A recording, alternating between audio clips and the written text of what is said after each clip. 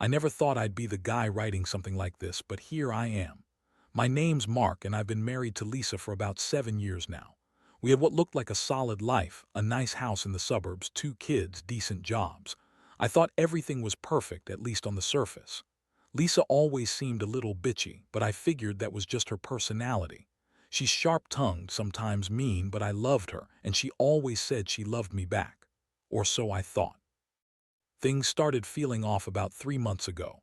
Lisa became more secretive, hiding her phone constantly, deleting messages, staying late at work more often than usual. I'd ask her what was wrong and she'd get defensive, calling me paranoid or insecure. "It's just work stress," she'd snap. "You're imagining things." But I could tell she was lying. There was a coldness in her eyes whenever I looked at her, like she was trying to hide something. Then the pregnancy thing started. She told me she was pregnant after we'd been trying for a second kid for a while. She claimed she had a doctor's appointment, showed me some ultrasound pictures, and even faked some morning sickness symptoms. I was happy, of course. We'd been talking about expanding the family, so I believed her, at least for a while. But looking back, I should have known something was wrong. She was overly eager, almost desperate to convince me, and she kept avoiding questions about the pregnancy. I remember once she snapped at me, "Just trust me, Mark. I know what I'm doing. You don't need to worry." Lately, she'd been extra bitchy, snapping over small things, and I'd caught her lying about even the simplest stuff.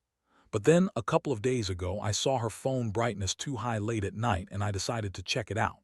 That's when everything fell apart. I found messages, screenshots of flirtatious texts, even explicit sex talk with someone named Jake, a teenage kid from our neighborhood. I couldn't believe it. Jake's just a kid, like 16, maybe 17. I'd seen him around, played with his little sister once or twice, and Lisa had been sneaking around with him. That's when I knew everything was a lie. I stared at her phone for a long time, my head spinning. I didn't want to believe it at first, maybe it was some sick joke, but the messages didn't lie. I saw how she called him hot, how they talked about meeting up, and even how she told him she was ready to do anything to keep him happy. That last part made my stomach turn. She'd been lying about being pregnant, about everything. I felt betrayed, disgusted, but mostly just numb. How could I have been so blind? How could the woman I love, the mother of my children, do something so disgusting behind my back? The worst part, I knew I had to confront her. I had all this evidence and I needed answers.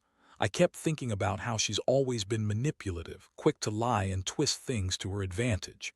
I mean, she's the kind of woman who can lie through her teeth and make you doubt your own eyes. But I wasn't going to let her get away with it. Not anymore. I needed to hear her say it out loud, to see her reactions, to understand just how deep this betrayal went. That's when I decided I'd confront her that night, no matter what. I didn't know what I was expecting: anger, denial, tears, or maybe some kind of explanation.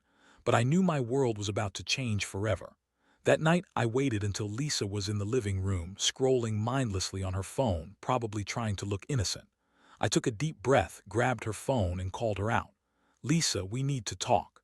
Her eyes flicked up, and for a second that bitchy smile she always wears when she's annoyed flashed across her face. "What now, Mark? Can't you see I'm busy?" She snapped, but I was already prepared for her defensiveness. I held out her phone and said, "I saw your messages, the ones with Jake. Why were you lying about the pregnancy? Why are you sneaking around with a kid from our neighborhood?" Her face froze for a moment, then she scoffed and rolled her eyes. "Oh, please, you're overreacting. Those messages mean nothing. Just some stupid flirtation, that's all. It's not like I did anything crazy." Her tone was dismissive, like she was trying to brush it off. But I saw the sweat on her forehead and the way her fingers trembled as she tried to grab her phone back. "No, Lisa, it's not nothing. You've been lying to me for months about the pregnancy, about everything. I saw the ultrasound pictures, you faked them, and you're screwing around with a kid from around here, seriously." I was furious, but I kept my voice steady, trying not to lose it. I thought she'd crack, maybe start crying and admit everything, but she just crossed her arms and looked at me with that icy glare. She finally rolled her eyes again and sneered. "Oh, so now you're jealous of a kid? Please, Mark. You're just insecure. I was bored, okay? He's just a kid. I wasn't serious about him. I just needed some excitement. And the pregnancy, that was for us, to keep you happy, since you're so insecure about not being enough. I figured it'd make you feel better, but clearly you're too weak to handle it." Her words hit me like a punch, and I felt my fists tighten. That was the moment I realized she had been manipulating me from the start. I couldn't believe how cold she sounded, how she twisted everything around to make herself the victim. I was trembling with rage and heartbreak. I asked her straight out, "Are you having sex with him, the kid? Are you cheating on me with a teenage boy?" Her eyes narrowed and she smirked. "Honestly, Mark, who cares? It's just sex. Kids do stupid things. I'm not going to lose sleep over some boy. You think I'm perfect, but I'm not. I wanted to spice things up. Maybe I got bored. Maybe I wanted to feel alive again. You've been so busy with work and the kids, I forgot what it's like to feel wanted." Her words chilled me. That's when I saw how selfish she really was, how she saw this whole thing as some game, a way to get her kicks while pretending she was the victim. I was furious but also crushed. I never expected my wife, the woman I trusted and loved, to do something so vile. I wanted to scream, to shake her, to demand she tell me everything. But I kept my composure and said, "You're done, Lisa. I want you out of this house. I want you to leave, and I want a divorce. You've torn this family apart with your lies, your cheating, your deception. I can't trust you anymore." She looked at me, eyes cold but somehow also defeated. I saw the tiniest flicker of regret, but she quickly masked it. "Fine," she spat. "If that's what you want, but don't think I'll go quietly. I'll take everything I can from you, your house, your money, whatever I can get. You've lost me, Mark, and honestly, I don't care." That was the moment I knew things had gone beyond repair. My world, which I thought was built on love and trust, was just a house of cards ready to fall. That night, I sat alone in the dark, staring at her phone, trying to process everything. I felt everything: anger, betrayal, heartbreak, and a strange numbness. This wasn't just about her cheating. It was about a lifetime of lies, manipulation, and betrayal. I kept thinking about the look in her eyes when she lied to me about the ultrasound, about how she could pretend everything was fine when I knew she was screwing around, with a kid no less. The pain was overwhelming, but I also knew I had to do something. I couldn't just let her walk away with everything she wanted. I had to plan my next move, to get some kind of revenge, even if I didn't quite know what that was yet. The next morning, I woke up feeling like I'd been hit by a train. My head was pounding and my stomach was clenched tight. I couldn't sleep after what I'd uncovered, so I sat on the edge of the bed, staring at the ceiling, trying to process what had just happened. I felt betrayed on every level, by the woman I loved, by the life I thought we had, by everything I believed in. But amidst the chaos, a small, dark voice in my head kept whispering, "This isn't over, not yet." I knew I had to get some leverage, some way to turn this around. I couldn't just let her walk away, not without some sort of retaliation. I didn't want to destroy her completely, but I needed her to feel what I felt, even if just for a moment. I decided I'd dig deeper, find more dirt, more secrets, anything that could give me an upper hand. I remembered her phone from the night before, that sneaky little device she tried to hide. I'd already seen the messages, but I had a feeling there was more. So I started snooping around her social media accounts, her emails, even her cloud storage. It took hours, but I found more than I expected. Hidden conversations, secret photos, even some private messages with friends where she'd been trash-talking me, calling me insecure and clueless. She'd been painting me as some jealous fool, while she was out screwing around with Jake, lying about her pregnancy and pretending everything was fine. I felt a strange mix of anger and sadness. How could she do this? How could someone I trusted so much turn into something so cold and manipulative? While I was digging, I also found out she'd been seeing Jake for a while, not just late-night texts, but actual meetups, secret rendezvous. She'd even told him she was pregnant with my baby, to keep him hooked. That tore me apart. She'd been lying about that all along, using it as a weapon, a way to control the narrative. I couldn't believe she'd go so far as to pretend she was carrying my child just to keep a teenage boy interested.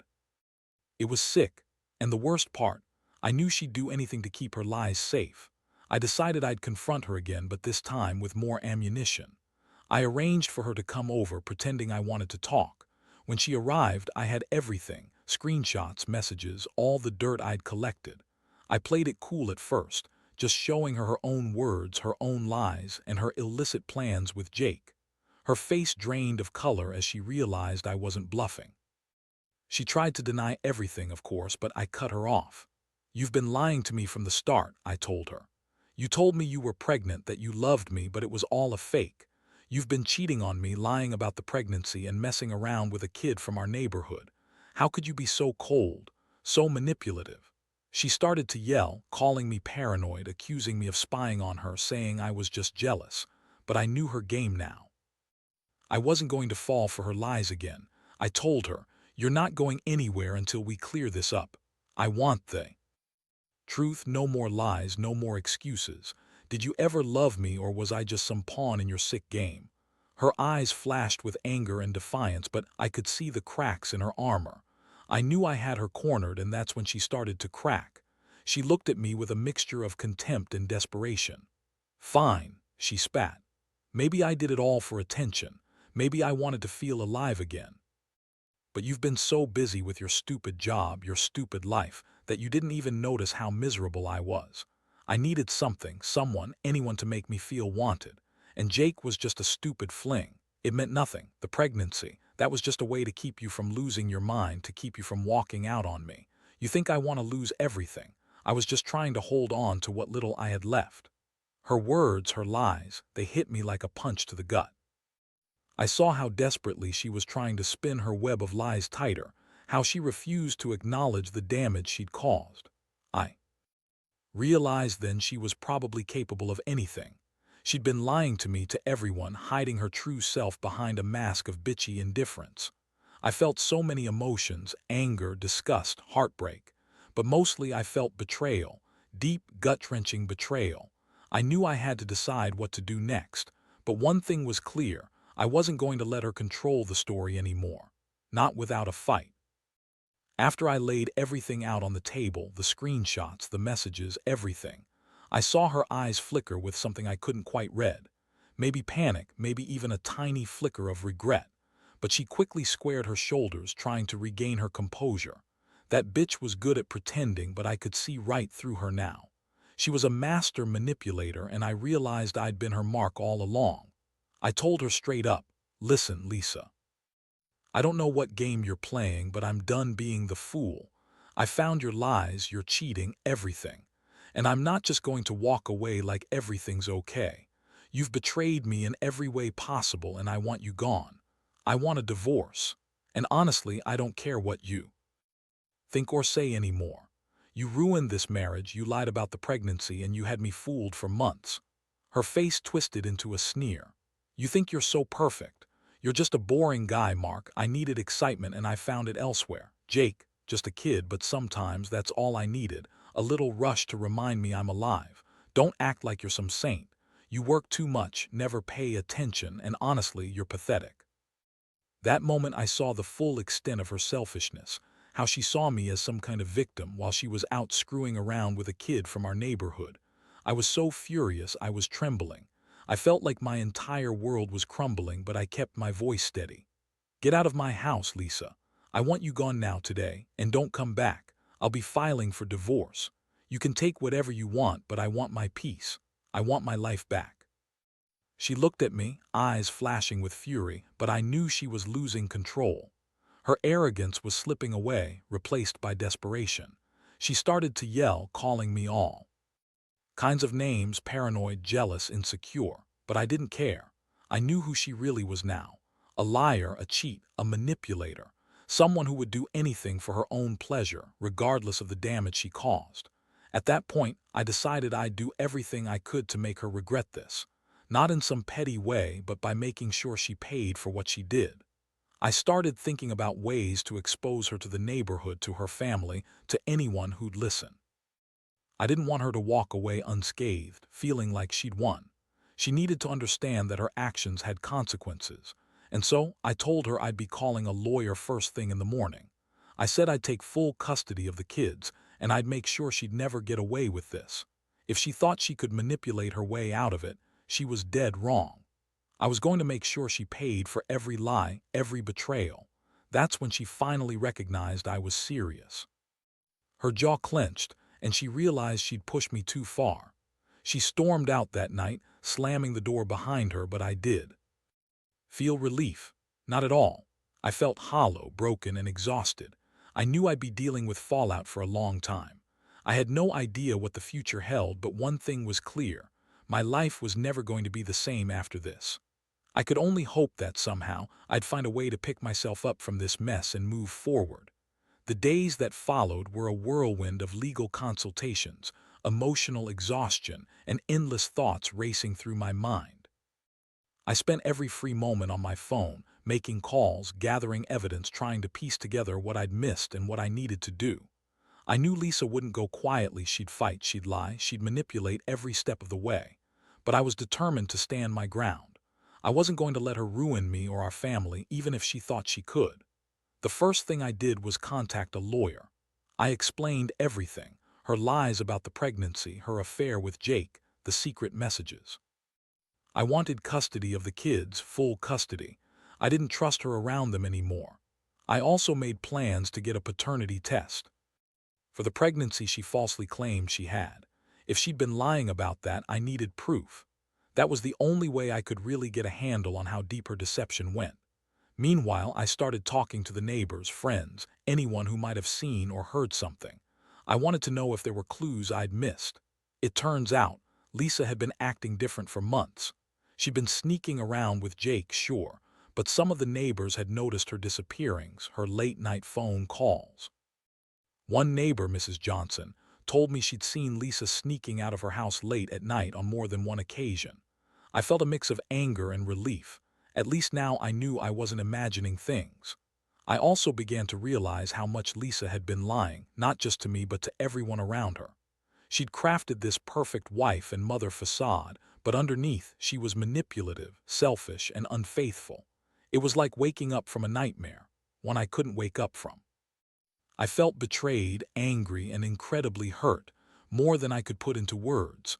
But I kept telling myself I had to be strong for the kids, for myself. I'd get through this somehow. One night I confronted her again over the phone. I told her I had everything, proof, witnesses, everything. I warned her that if she didn't leave the house peacefully, I'd take legal action to remove her and fight for full custody. She responded with threats, screaming about how I was ruining everything, how it was all my fault, and how I'd regret pushing her away. But I refused to be baited. I knew her game now. I knew she'd try to turn it around, make me look like the villain. I just kept my cool, told her to pack her stuff, and that I'd see her in court. The hardest part was the silence that followed. I'd never imagined my life would come to this, standing here, knowing my wife had betrayed me in the worst way possible. I kept replaying the moments of her lies, her sneering face when she lied about the pregnancy, the flirtatious texts with Jake, her cold manipulation. It all felt like a twisted nightmare I couldn't wake up from, but I also felt a strange sense of clarity. I had to do what was best for me, for my children. I couldn't let her ruin everything with her lies and her selfishness. I still had no idea how this would end, but one thing was certain. I was done being the victim. I was going to fight to protect my kids, to rebuild my life, and to make sure she paid for what she'd done. Every lie, every betrayal, every moment she spent pretending to be someone she wasn't, it all added up. And I was ready to face whatever came next. I knew the road ahead wouldn't be easy, but I was prepared to do whatever it took to put this nightmare behind me. The court date came faster than I expected, and when it did, I was prepared. I had all my evidence organized, screenshots, messages, witness statements. I knew Lisa would try to spin her lies and make herself the victim, but I was ready for that. I wanted the truth out in the open, and I was determined to get full custody of the kids. Seeing her in court, trying to maintain her icy, bitchy facade, I realized how much she had underestimated me. She thought she could manipulate her way out of this, but I had everything she'd ever lied about right there in front of her. The judge listened carefully, looked at the evidence, and heard both sides. Lisa's lawyer tried to make her seem like some misunderstood woman, but I had the proof of her affair with Jake, her lies about the pregnancy, and her manipulative behavior. It was clear she'd been lying for months for her own selfish reasons. In the end, the judge granted me full custody of the kids, and Lisa was ordered to pay child support with supervised visits. It was a small victory, but I knew it was enough to start rebuilding my life. Once the divorce was finalized, I felt a strange mix of relief and emptiness. Part of me was glad to be rid of her lies and manipulation. Part of me was broken, knowing I'd lost the woman I once loved or thought I loved. I didn't expect to feel this way, but I also knew I deserved better. I had to learn how to live with the betrayal, how to forgive myself for not seeing the signs sooner, and how to move on. In the weeks that followed, I focused on my kids and myself. I kept the new boundaries clear with Lisa. I didn't want her anywhere near us. I also started therapy, trying to process everything to understand how I let it get so far. It wasn't easy. There were nights I'd lie awake, haunted by her betrayal, questioning everything. But with time, those feelings of anger and sadness started to fade into acceptance. I realized that sometimes people are just not who they pretend to be, and you can't control that. The only thing you can control is how you respond. Looking back, I learned some hard lessons. Trust is fragile, and even the people closest to you can turn out to be your biggest enemies if you're not careful. I learned to listen to my instincts, to pay attention to the small signs that something's wrong before it's too late. Most of all, I learned that revenge isn't about destroying others. It's about reclaiming your dignity, your peace, and your life. I don't harbor hatred anymore. I only want to be better for my kids and myself. So here I am, finally starting over. I don't know what the future holds, but I know I'm stronger than I thought. I'll never forget what Lisa did, but I refuse to let it define me. I've learned that sometimes betrayal is just the universe's way of pushing you to find your own strength. And if there's one thing I wish I could tell everyone reading this, trust your gut, hold your boundaries, and never let anyone steal your peace. Because in the end, the only person responsible for your happiness is you.